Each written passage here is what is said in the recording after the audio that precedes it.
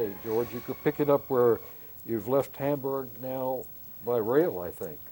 Yes, we left Hamburg by rail, and they took us up to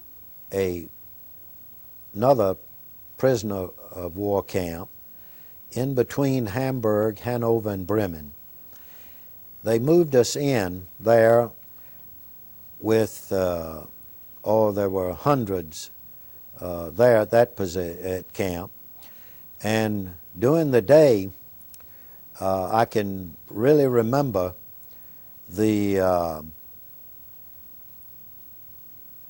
the bombers coming over during the day, going over bombing Germany. And we'd sit there outside and watch the vapor trails of the aircraft as they went over, and we would applaud them as they went across, and then on the way back. But during this camp, we, of course, most of our food had gotten very low. And I realized now that they gave us, we were fed probably as well as their own troops were fed. And so we were able to stay alive. And then the Americans began to move, and so they moved us out of this camp and put us on the road again. And during this time in movement, the lines seemed to be getting closer, the American lines, and so we encountered fighter aircraft flying over to targets. And this was Allied fighters? Allied fighters, yeah. This was American fighters that were flying over, P-47s. And so one morning, I had from a rub from this backpack, I had a little pain here on my left chest. And so I wanted something told me to get with the sick group and have it checked out, because I didn't know what the problem was, and I felt a little lump. And so I stayed back, and a German guard was there with us, and there was 5 of us. And as the other troops had begun to move out, we kept talking to this German guard if he would wait and take us back towards our lines. We would see that he got home to be with his family. And we kept talking to him about his family and how we knew how important they were to him. And so we almost had him convinced, we thought. But then he didn't. So then he moved us on out behind the POWs that had gone on out ahead. And we heard a squadron of fighters come over. And then we heard cannon fire. And we got down the road, and we saw that the fighter squadron had attacked the column of POWs. During this attack, 47 were killed and 52 wounded. Many of them who had been POWs for 2 or 3 years, and some, of course, a shorter time. I assume they had mistook the column of POWs for German troops, because there was a Red Cross truck up there that was handing out food packages to the POWs. And I assume that they thought it was ammunition that they were passing out to a column of German troops. And so I think that the last fighter recognized that it was POWs because he gave the, swivel of his wings, and didn't fire. And of course, we demanded at that point that the Germans give us a sheet, a large bed sheet, and put on it POW that we could carry and spread at any time that fighters were in the vicinity, so that we would not be hit again. Well, since I was with the group that was 5, that were had problems, that were going to take us to a little clinic, we couldn't get into the hospital that was the closest because of the many wounded POWs at the 52 they had to take care of. And that was fine. So they put us on a cart, muling cart, and they took us out over the countryside, and at noon that day, they stopped us at a little village, and to a family that had lunch, a dinner. And so they put me 2 at one house, and then another 2 at the other house. And brother, that was the best meal. I'm telling you, it was really fantastic. And you're talking about something good. And they also had dessert. And they were very kind and cordial. And as I say, that basically the German people themselves are good people. And they did not desire to be in the situation that they had been in, because I had had one of the guards to tell me, an elderly gentleman, just prior to that for him, he wished the war was over. And I felt sorry for him, because during the 5-minute break, he'd pull his shoes off and massage his feet. I'm sure that they must have been hurting him real bad. But from there, they took us over to a little clinic, or small hospital. And before we got there, they took us off the cart, and we were marching.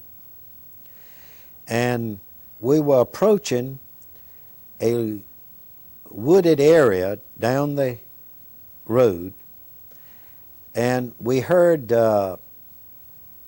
fighters coming, and we turned and looked, and we saw a squadron of P-47s again approaching. Well, we thought that they were actually going to shooting at us on the roadway. Well, needless to say, I, along with the others, I hit the ditch, flat of my face, and I could hear the rocket and 20 millimeter shells firing, and you'd think they were right above your head.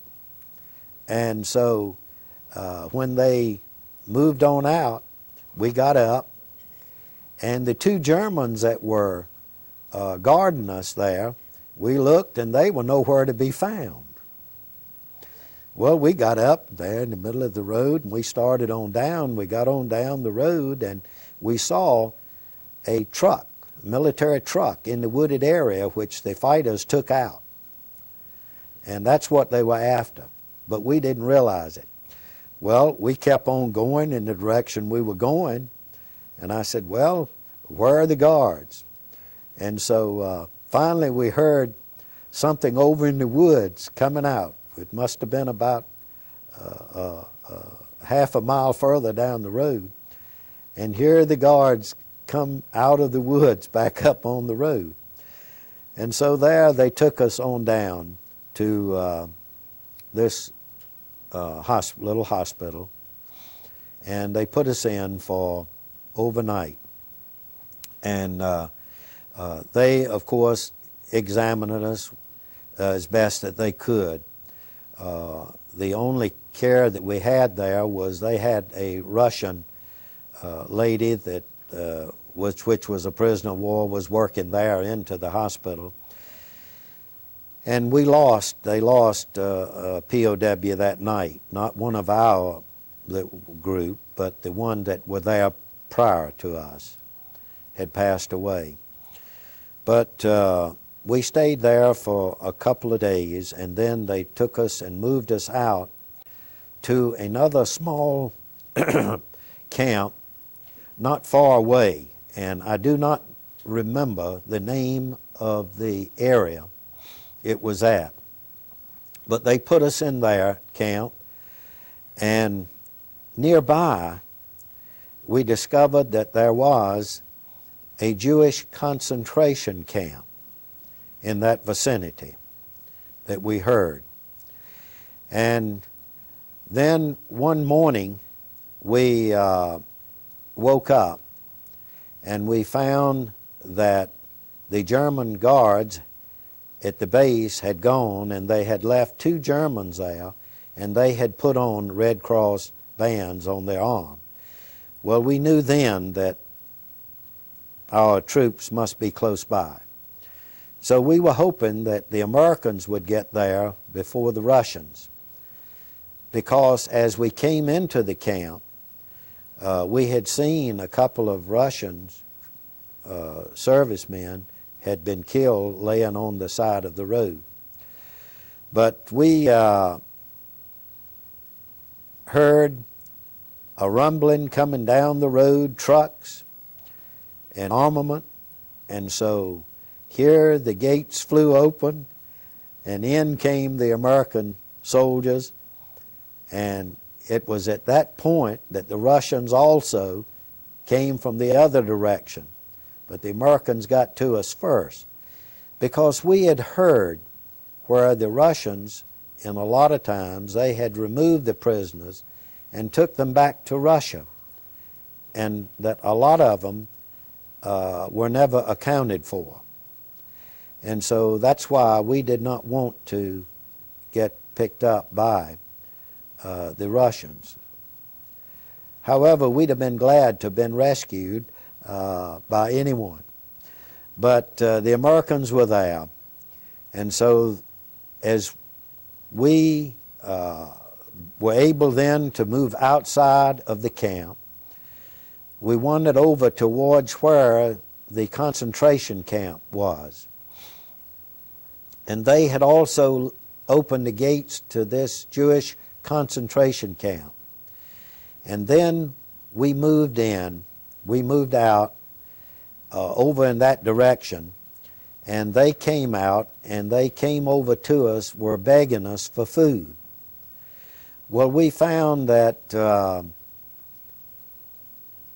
we were afraid to give them food, because we knew that they had not had food, and if we had any, which we did not, it would have killed them immediately to take food in the amount that they would wanted to have done it. But anyway, they were begging us, and actually, you have seen pictures of Jewish concentration camps, and this is the way it was. I saw it. And these poor men were nothing but bones with skin stretched over, with your striped suits on. It was really awful. And so we didn't have any food to get them, so there was a cow over in the vicinity, and they built a fire. And so they were able to kill the cow. And they were getting ready to cut the cow up and to get something to eat, to food, anything. And so at that time, though, we were called back, and they loaded us on the Army trucks, and they moved us out to a grass airfield, small, and they flew in C-47s to this field, and we loaded, and they flew us out back to France to Camp Lucky Strike.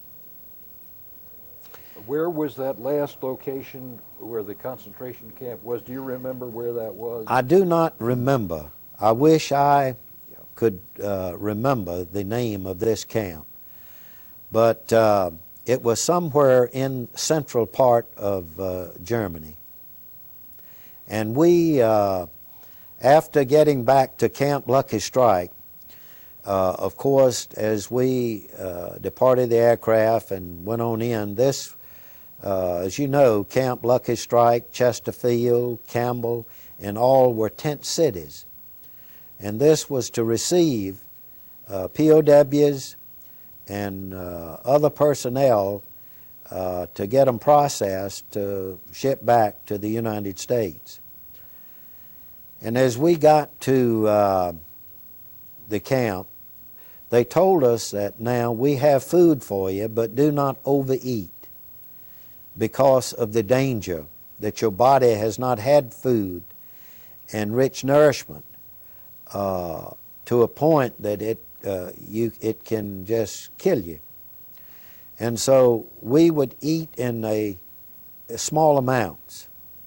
But also what they had done, they had taken garbage cans and polished garbage cans to where they would shine. And they had fixed eggnog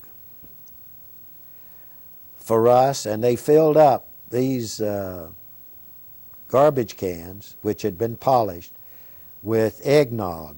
And then we had our canteens to which we would go and drink the eggnog, which was easy on your system rather than heavy food. It wasn't spiked, was it? It was not spiked, to my knowledge. So we stayed there, and while we were there, though, one of the fellows did not heed to eating small amounts and not overeating. He just kept going back and eating until he dropped dead, which was sad. During this time, the soldiers that were dishing out the food in the chow line, they would serve everybody, and when the last person had gone through, they would take off and leave because they did not want us to be around. They thought that we were so hungry, you know, that we'd rush back up there and to eat again. But so they just left and let us eat, you know, what we wanted. But you had to use good common sense. And so after staying there for quite a while, and we got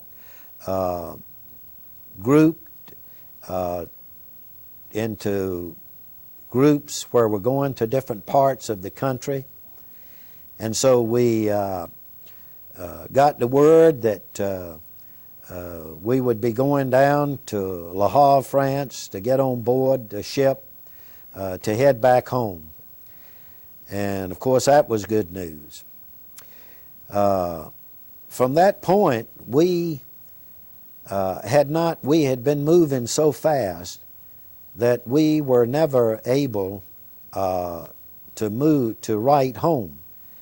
While I was at Stalag Luft 4, I was able to send out a couple of little letters, just a few sentences, home. But on the move, there was no way that we could get any mail home. And so they had no idea at home at what time that I would arrive or where I was. So anyway, we went down and got on board the ship, and it was a two-stacker. They loaded 5,000 plus POWs or ex-POWs at that time on board the ship, and we pulled out. And in 5 days, we were outside of New York Harbor. In fact, we crossed at such speed that they wasn't ready for us to dock. We had to spend the night outside anchored before we could pull in the next day. So we pulled into the New York Harbor, and they immediately unloaded us, put us on a ferry, and took us across to Camp Kilmer, I believe, New Jersey. And there we were processed to get on the right train to the different parts of the country. And of course, ours was to go to Fort Bragg, North Carolina. And so we arrived at Fort Bragg. They took us in and, of course, processed us, let us get another good shower, and issued us some new clothing, and give us a physical exam. And in a day or day and a half, they had us ready with leave to go home. Well, I got on a bus, and I went to Raleigh, North Carolina, to change buses to go to Murfreesboro, North Carolina. And so I hadn't heard from home in such a long time. You just wonder what you're going to find when you get there. I had lost a sister before, and I wondered about my mom and dad, whether they were still alive or what, because I had not heard. I got no letters at all from home during my time as a POW. But I got to Raleigh, and I had a layover, so I went downtown and went in, got my shoes polished, boots polished, and they get cleaned up, you know, and ready. And so I had about decided that I would spend the night. I had a little fear of what I would find. So, but when I came up from out of the shoe shine parlor, up on the sidewalk, and I started to go to the left, and something said, go right. And so immediately when I turned to go right, here a fella was coming at me down the sidewalk, and he stopped, and he turned white, pale, and he said, "Is this George Bennett?" See, everybody at home called me by my first and middle name. And I looked at him, and I said, "Yes, it's me." And this was V.J. Liverman, who I grew up with at home. And boy, he gave me a big hug, and he said, when are you going home?" I said, "Well, I got a ticket for this bus this afternoon, but I about decided I may just not." He said, No. He said, "I'm going to be on the same bus." And he said, we'll go together. He said, "Come on, go with me. I got to go up and see about getting some tires for my truck." And so he went up, and we got that taken care of, went back to the bus station, got on the bus, and I got halfway home, I guess, before I got up the nerve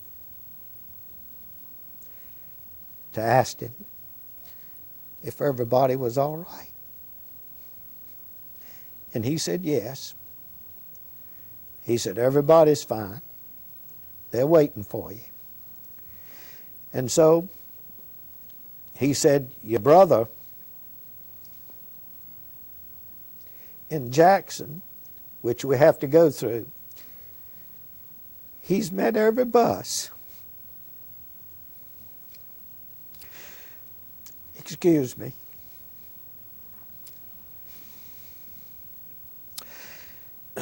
So when we got to Jackson,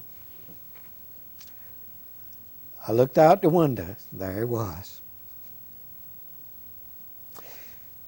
Well, I had a ticket for Murfreesboro, and my baggage, was on the bus, and he said, "Get off this bus." And I said, "Well, I can't get my baggage." And the bus driver says, "I'll get it." And so he was managing a grocery store there, right where the bus stopped. And so he got someone else to take over the store, and he got in his car. Together, and took me home, and which was about 20 miles away. And so we got home, and of course, what a joy to meet Mama and Papa. And of course, others, the word had gotten around. And of course, that night, what a party. A great time. And but there, I had leave for about 30 days. And then, of course, I had to report back because I quickly went back and to Fort Bragg. And they sent us from there to San Antonio, Texas, to an outside of an air base there, because I did not have enough points to get out of service at that point. And so we stayed there, and I did a lot of reading and resting and swimming in the pool. And so, but this was in May of 1945, I believe, the latter part of May, the 1st of June, it was, middle of June, that we were at San Antonio. And so they sent me back to Greensboro, North Carolina, which was a little closer to home. And they put me on a base there, and I was put in charge of the laundry and dry cleaning of the entire base. I had to keep up and charge to their pay and all the laundry and dry cleaning that went there from the base. So I stayed there. I had a wonderful captain who was in charge, and we enjoyed it. Finally, I said I had enough points. If I wanted to get out, I could, and so I did.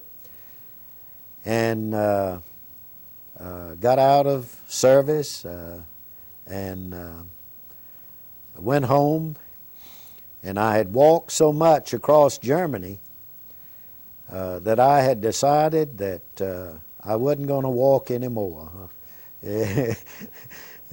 unless I had to. And so I put in my name in for a car. I had drew my back pay and all of this, so I had a little money at that time, close to $3,000, and that was a lot of money at that time.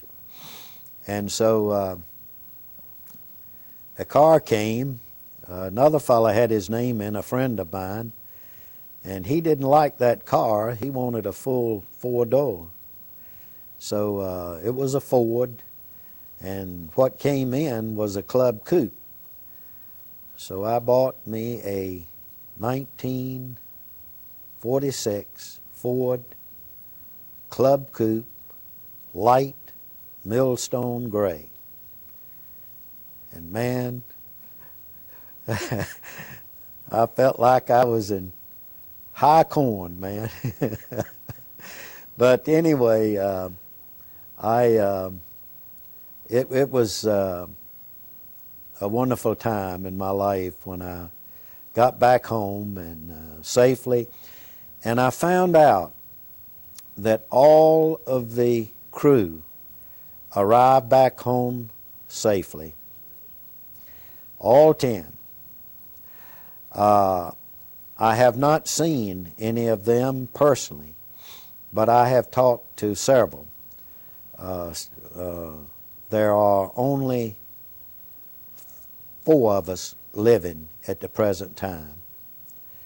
And so we have, I've been in contact with them by telephone and emails, and who knows what the future holds.